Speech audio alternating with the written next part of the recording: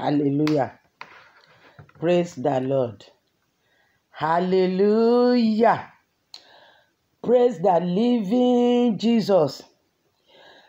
This is a call for prayer.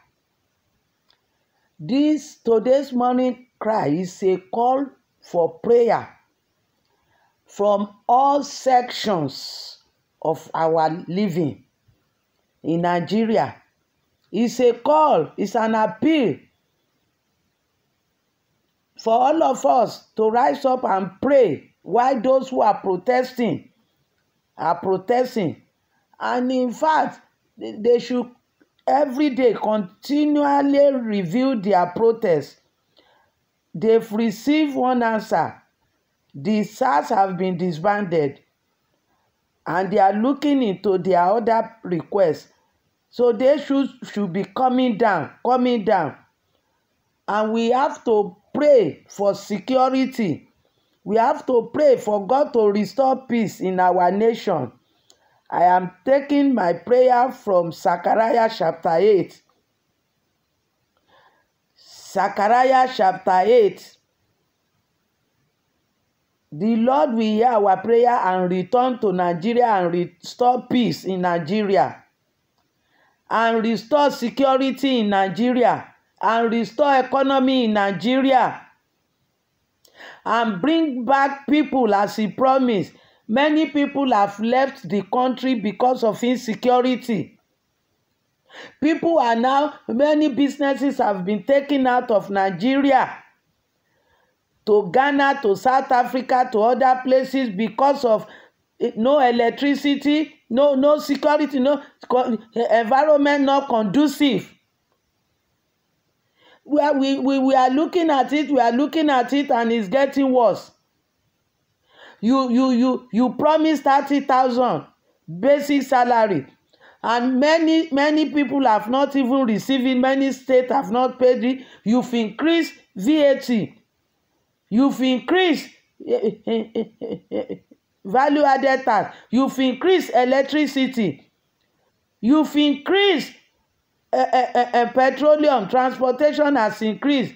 House rent has increased. Food has increased. The 30,000 have gone.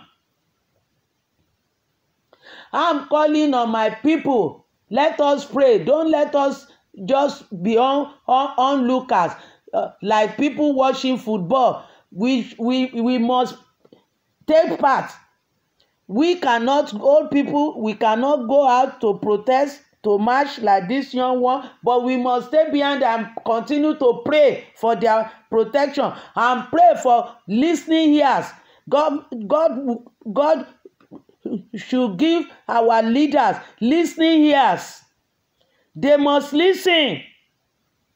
They must listen. Good leader must listen.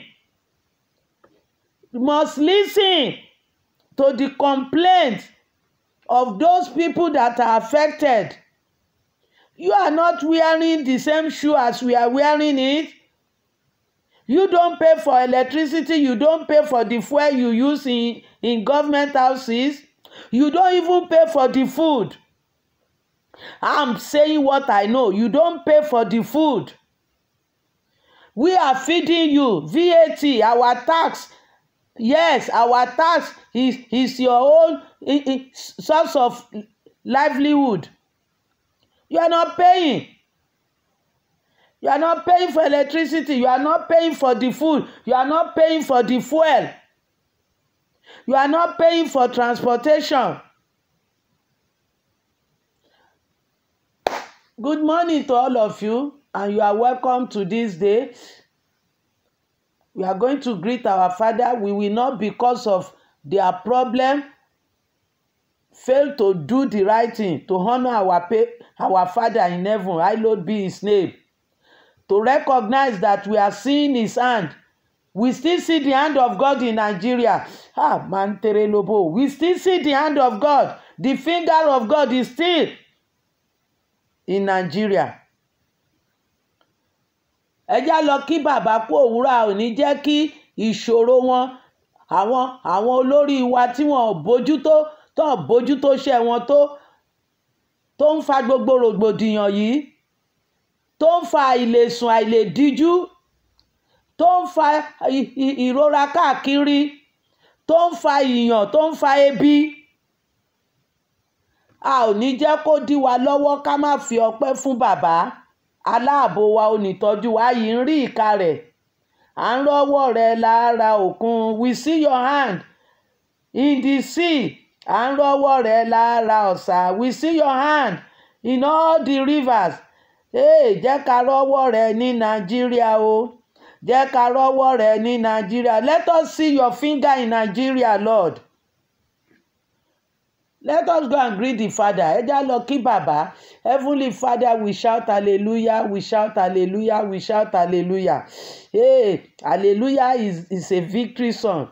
Hallelujah that they listen to the protesters this time around, and they have disbanded the SARS. I don't have complaint with them. I don't have complaint with them, but the people have been complaining for years for their maltreatment, for ill-treating, for injustice. Father, we say thank you. This time they listen. We thank you for your protection so far. We thank you, O Lord, for peace in Nigeria. We thank you for the few that fear thee, that call upon your name, and you hear us. We say thank you, Father. We thank you, you have not abandoned Nigeria completely. We thank you, Father, that you will even hear us this time around. We thank you, O Lord, that you will give us the desire of our heart, which is peace in Nigeria, security in Nigeria, all security, food security, life security, job security. Father, we say thank you. We say thank you. We say thank you. As we call on you this morning, we call, oh, you see our heart. You see the sorrow, the pain, the grief, the broken hearts. And we believe you will hear us. And you will return to Nigeria. You will restore the peace and the grace, your grace in Nigeria. In Jesus' name, amen. Amen and hallelujah. Amen and hallelujah. Zechariah chapter 8. God said, I will return to Zion. God will return to Nigeria. That's the first thing I want us to call in your house, in your kitchen, in your car, wherever you are, in your shop, as you are hearing me. And those of you who hear me, pass it to others. God said, I will return to Zion. He has scattered them. Because of our ancestors, he said it there. He started from chapter 7. Your ancestors, they have annoyed me with their waywardness, with their stiff-neckedness, their rebellion. They don't recognize God. We know that, yes, Nigeria, we are full of different kind of vices. And God have scattered Nigeria. But this time around, he will return. We will call on him. We will cry until God hear us. Return to Nigeria. God, return to Nigeria. Hey, restore your grace and your peace. And he said he will even bring all those that he has scattered. He will bring them back. Our children are coming back. Our people are coming back. People who should be contributing to the economy. People who should be contributing to ideas, to formulation of all the laws that we need. People are running out of Nigeria. We have to be concerned. Those people, the young one that should be maintaining those houses, they are running away. They are running away. They for their life, looking for green pasture. Who are left to take care of all that you suffer for in your money? Hallelujah. And God said, all I want you to do is justice. Give justice to the widow. Give justice to stranger. Give justice to the orphan. Maintain sound justice in your courts. Show love, agape love. Let love be proclaimed. Let there be love among you. Show compassion. Be concerned. Be merciful. That is all. God is not asking for sacrifices. And we citizens of Nigeria, we are not asking too much from government. We are not asking too much. We are not asking you to give us free money. In overseas, in civilized countries, they have it. If you have no job, you will be getting small salary. We are not even asking for that. But let us have security. Let us be able to do our work, to do our business as we want to do it. You continue to use the same law, the same rules that the colonial, they have moved away from it. Those who gave it, even the military, Babangida and others that gave you those laws, they have moved away. I don't know. Babangida have another Aso Rock in Minna. What's he doing with it? What's the gain? What's the prosperity?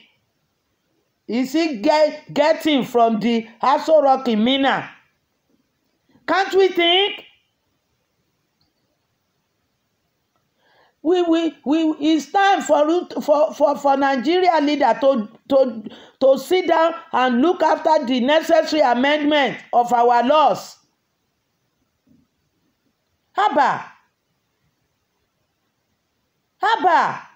We keep claiming we are the biggest in Africa, biggest in crimes.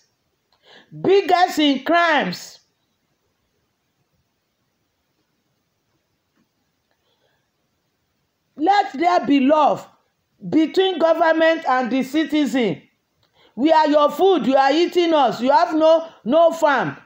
You rely on VAT, on tax, on the businesses people are doing. The custom will get you money. Isn't it from the people who are trading, who are doing businesses? The immigration will get you money. Isn't it from passport and all other things that the people are paying? Let us talk, sit down and have hard talk. Let's have hard talk. Let's talk to ourselves. Ẹ jẹ́ bára wa sọ̀rọ̀. Ẹ̀yin ìjọba, ẹ tẹ́tí sí àwọn èèyàn tẹ́ ń darí. Peter said, treat your sheep very well. Be a good shepherd. Ẹ̀yin ò ra oúnjẹ, ẹ fowó ra oúnjẹ. Ilé ìjọba, oúnjẹ ọ̀fẹ́ lẹ̀ ń jẹ, àwọn èèyàn lẹ̀ ń jẹ. Èèyàn Nàìjíríà lẹ̀ ń jẹ. Ẹ fowó repo sí mọ́tò yín. Àwa lepo yín, àwa lóúnjẹ tẹ́ ń jẹ. Mo rántí ìgbà tí mò ń ṣiṣẹ́. Tá bá lọ sáfíìsì line ní government house. Mo bá rí lọ́jọ́ náà, mo rí àwọn èèyàn, mo ní ṣé wọ́n ní meeting láàárọ̀ yìí ni? Ìkan náà àwọn ọ́fíìsà náà wá jẹun ni, àwọn ọ̀rẹ́ gọ́vnà wọ́n wá jẹun ni. Mo ló ń ṣe patí láàárọ̀ yìí ni, wọ́n ló tí o, wọ́n lójoojúmọ́ ni oúnjẹ ọ̀fẹ́ ni, wọ́n á jẹ láàárọ̀, wọ́n á jẹ lọ́sàn-án, á jẹ lálẹ́. Mo ní gọ́vnà, wọ́n ní ṣe bówó ìjọba ni, ẹ̀gbọ́ yà. And I read it, mo tún kà nínú ìròyìn kan pé tí ẹnìkan tó ṣiṣẹ́ ní Lagos government house, ó ní Jákàndé, Alhaji Jákàndé nìkan, òun nìkan ni ò jẹun ní ilé ìjọba. Ó ní kò jẹun gbogbo ìgbà tó wà ń bẹ̀. Ó ní gbogbo àwọn gọ́vùnà yòókù náà máa ń jẹun nílé ìjọba. Oúnjẹ ọ̀fẹ́ lẹ̀ ń jẹ, epo ọ̀fẹ́ lẹ̀ ń lò, fóònù ọ̀fẹ́ lẹ̀ ń lò. Ìjọba bá complain nígbà náà, wọ́n ní bíìlì tí a fún wọn ló ga. Èmi sì ni mo máa ń bójú tó complaint yẹn. Wọ́n bá gbé fún mi a bá ṣe àmì lọ nígbà tá a máa dé ilé ìjọba kan tí fóònù yẹn wà la bá bá àwọn dráìvà tó gbé àwọn àlejò wá wọ́n ti búùkù call sovasis àkókò yẹn fóònù yẹn bá dún gan-an mo bá ní à ń ṣiṣẹ́ lórí ọ̀kan má ti gbé o mo bá lọ gbé ẹ̀ ló náà ní your call to so mo bá ní ta ló bú call sí kinní ọba a bá gba nọ́mbà yẹn a take nọ́mbà yẹn a ṣe gbogbo ẹ̀ wọ́n sanwó a reply wọn gbogbo àwọn àlejò tẹ́ ń kó wá àtàwọn dráìvà wọn gbogbo àwọn adẹ́rùpọkọ̀ tẹ́ ń kó káàkiri ọ̀lẹ́ńtẹ̀ láàfà tẹ́ ń kó káàkiri àwọn náà ń lò ó wọ́n sanwó torí approve ẹ̀ fún wọn hallelujah. Àtọmọ yín gómìnà kan complain nígbà kan kíní kan wá rìpọ́ọ̀tù wa sábùjá náà bá gbé lẹ́tẹ̀ fún mi mo bá ní kò burú la bá bẹ̀rẹ̀ la bá dọdẹ la bá pe gbogbo àwọn awápọ̀ wọn nọ́mbà kan mi ò ní ṣàlàyé jù bẹ́ẹ̀ lọ la bá rí náà bá dárúkọ ọmọ ẹ̀ pé lágbájá báyìí máa ń pa àwọn la bá kọ lẹ́tà sí ó apologize ó apologize èèyàn dáadáa ni ó ti sùn ní olúwa báyìí gómìnà yẹn ti kú ṣùgbọ́n nígbà yẹn ó bẹ̀ wá ní ká má bínú òun ti bọ́ ọmọ òun yẹn wí hallelujah àwa ló ń jẹ yín ṣe ará nílùú kò sótìtọ́ kò sí ààbò gbogbo iléeṣẹ́ táwọn ọmọ ọba ti máa ṣiṣẹ́ wọ́n ti gbé lọ sórílẹ̀-èdè bòmíì nígbà mo lọ Ghana kò ṣẹ́jú nígbà kan mo tiẹ̀ lọ Kano fún kọ́ọ̀sì iná wà ń bẹ̀ ní iná ò ṣẹ́jú nígbà náà iná wà ń bẹ̀ 2005 kọ́ nìyẹn tàbí 2004 ending and 2005 early 2005 iná wà ń bẹ̀ Ghana tí mo lọ láìpẹ́ yìí iná ò ṣẹ́jú iná wà ń bẹ̀ ṣe ẹ̀yin sì lẹ fún wọn níná àwàdà láìmọ̀ ṣe we are working as if we don't know how to work. I was listening to one video. He said if you are doing something and you are getting failure, then change your system. Change it. You should know that it's not working. We have to change some of the laws, some of the processing, if need be, some of the personnel. Change them.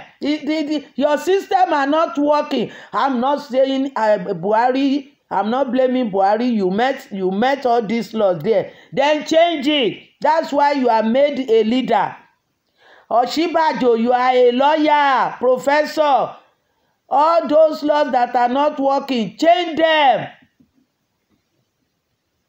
You cannot change it because you have a leader. You have the president. But the little you can do it. Influence them. And you are also a pastor. Pray for your success. I am calling on all Nigerians, those who hear me this morning, pass it to others. Let us pray. You cannot go on the streets to protest, but you can lay down in your house and call on God. And God will hear us and answer. And God is ready. God said He wants to return to Nigeria.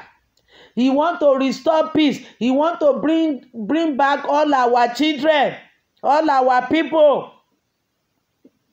He will bring back food, abundant food. Go and read Zechariah chapter 8. He said, wheat will be plenty, grape will be plenty, food will be plenty, cassava will be plenty, maize will be plenty. No, the livestock farmer will not complain about maize again. Food will be plenty. I can farm.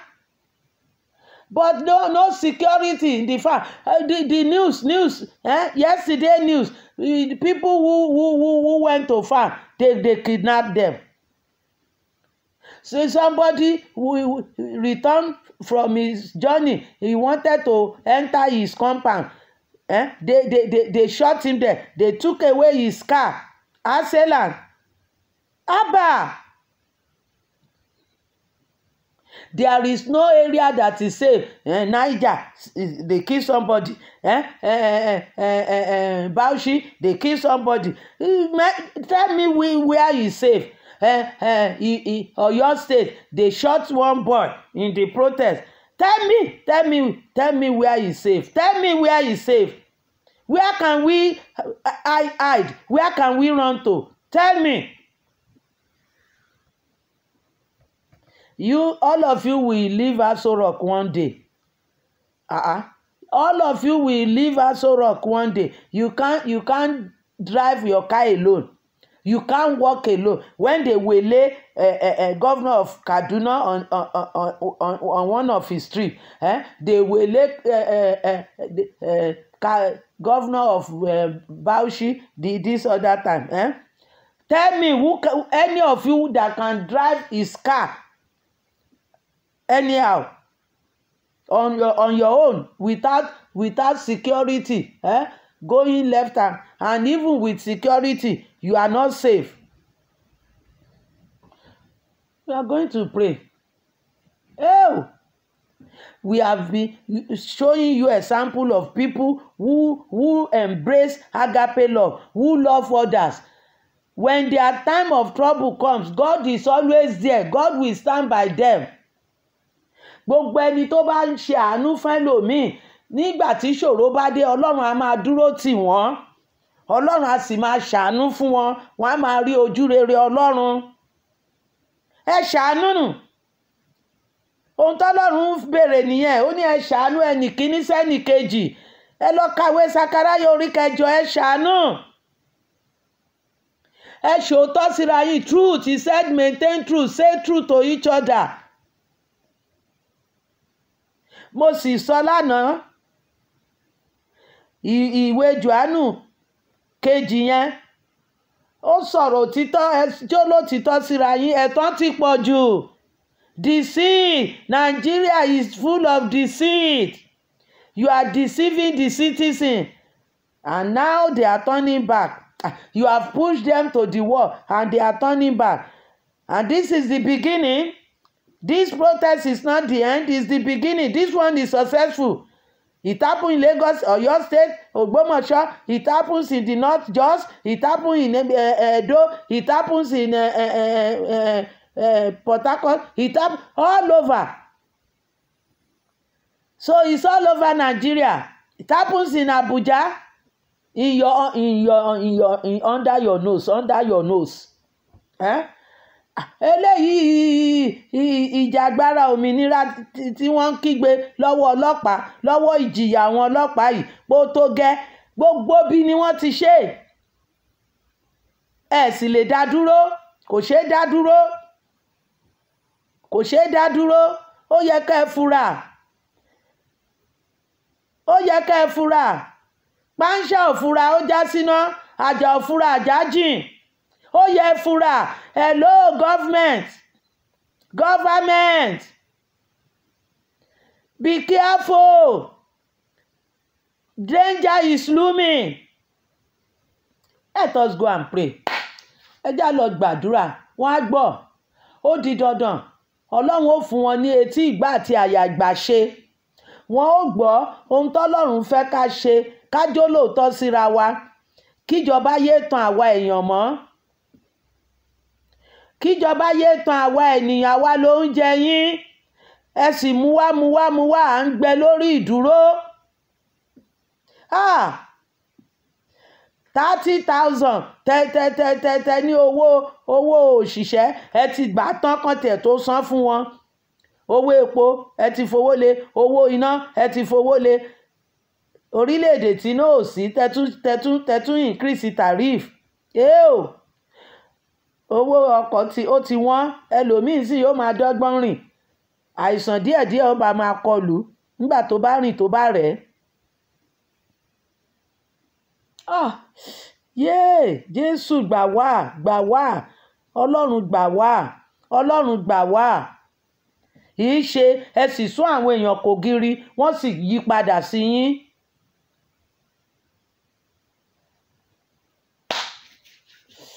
Everlasting Father, have mercy on us. Have mercy, have mercy, have mercy. We have no explanation. We have no case. We have no case than to appeal to you. Hey, our good shepherd, have mercy on us because of Jesus' death on the cross for us. Because of the few that believe in Jesus, your son, and believe in you. Have mercy on us. Let your mercy speak on Nigeria. Let your mercy speak on Nigeria. Showcase your grace, grace, grace, grace. Give us more grace, oh Lord. And restore peace in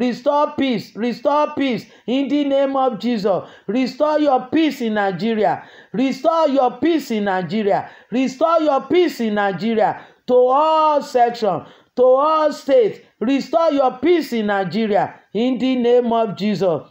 And we commit all these leaders into your hand. May they not have sleep. May they not have sleep until they look into the amendment, necessary amendment of our constitution. May they not have rest. Arrest their heart, O Lord. You are the creator. You can change it. You told Prophet Ezekiel that you will take stony heart away from us and put flesh in there. That is Ezekiel 11. Father, do it for all our leaders in Nigeria. And those who are swindling money, thinking that they can buy future for their children. I know they are liars. They don't know you, God. They don't know you. They don't know your way. They don't know your plan. They don't know how you work. You cannot be bribed. They can't buy their future. Their future is not in their hand. Heavenly Father, have mercy, have mercy, have mercy. Have mercy, O Lord, and turn to us. Return to Nigeria. Return to Nigeria. Return to Nigeria. We will appreciate it. We will appreciate it, O Lord, and we will serve you. We will obey you. Thy will be done. In Jesus' name, amen. Amen and hallelujah.